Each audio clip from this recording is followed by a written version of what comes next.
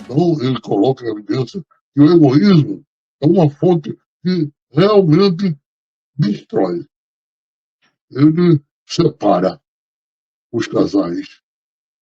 O orgulho e o egoísmo são as chagas que impedem que o homem avance e que esqueça o bem maior, que é a contribuição que ambos devem dar àqueles que vieram para a nossa intimidade e temos a obrigação de sustentar e educar. E isso não compete única e exclusivamente à mulher. E continua a vez. Quando a criatura dominar todas as suas paixões, sentir o amor puro no coração e amar verdadeiramente, a sua dependência será somente em relação a Deus. Somente. E a mais ninguém. Com os outros, como ele, seu livro, tornar-se-ão um todo, sem, contudo, dar lugar nos sentimentos de egoísmo e ao orgulho. Será aquele espírito que já se unificou com Jesus, sentindo-se permanentemente filho de Deus. Então, essa colocação de Miramês é primorosa, porque nos conscientiza de que devemos trabalhar os nossos corações e os nossos sentimentos para erradicarmos, principalmente nós homens, erradicarmos do nosso coração o orgulho, o egoísmo. Então, nós somos orgulhosos. Pelo fato de ser homens ter dotado de força física, nós queremos impor, dentro do lar, a nossa força, querendo dominar as nossas companheiras através do grito. E isso não é amor. Isso é egoísmo. Isso é vaidade.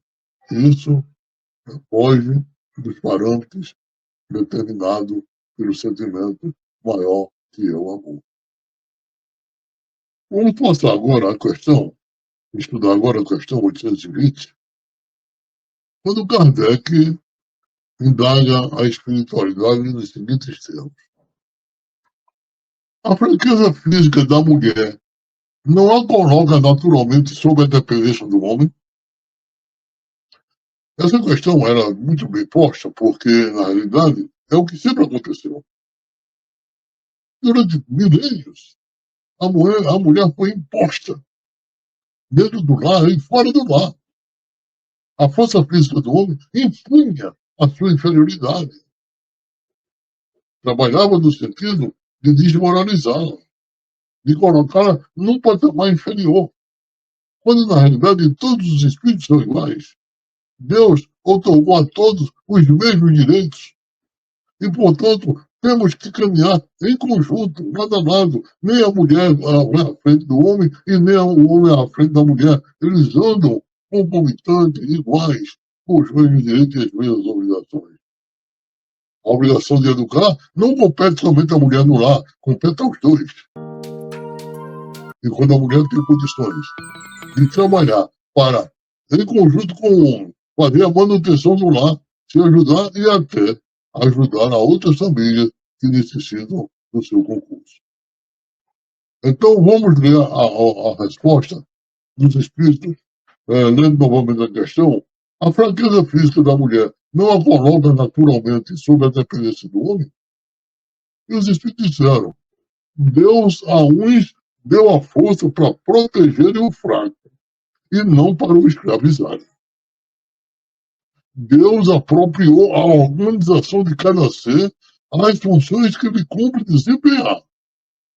Tendo dado à mulher menor força física, deu-lhe ao mesmo tempo maior sensibilidade em relação com a delicadeza das funções maternais e com a fraqueza dos seres confiados aos seus cuidados.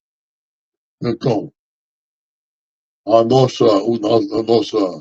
os nossos componentes, os nossos instrumentos de ordem orgânica, elas são compatíveis com as funções que nós devemos desenvolver. Mas em todos os seres orgânicos, em todo seja animal inferior ou superior, mesmo o animal inferior. Quando o animal inferior tem os seus filhotes, eles defendem os seus filhotes sob todos os aspectos. Qualquer perigo que ocorra, a mãe está ali para defendê-los. E os amamentam até o ponto em que eles podem se autogerir. E aí a mãe deixa a sua responsabilidade. Diferentemente do ser humano. O ser humano, a mãe amamenta, cuida, envolve com seu carinho, com seu amor. Mas esse amor ele tem que ter a contrapartida também do marido, do esposo, que acompanha a esposa dando força e envolvendo também com seu carinho, com seu apoio, com seu apoio. Mas nós homens, nós seres humanos, acompanhamos os nossos filhos ao longo de toda a trajetória. Nós partimos até, chegamos a desencarnar.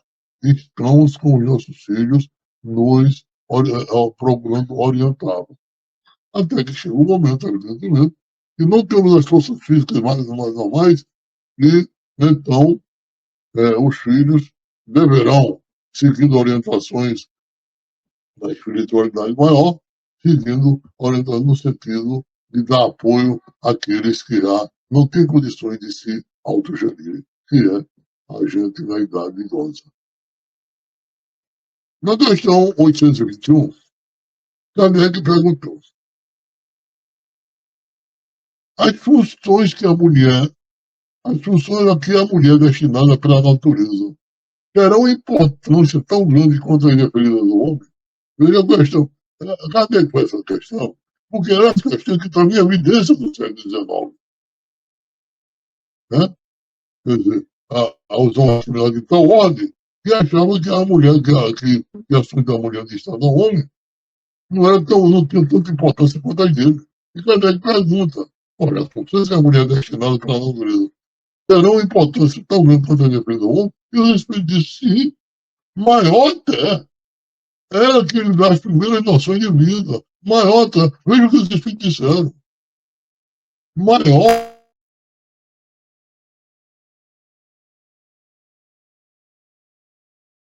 Sim, maior até. Ela quem lhe dá as primeiras noções de vida.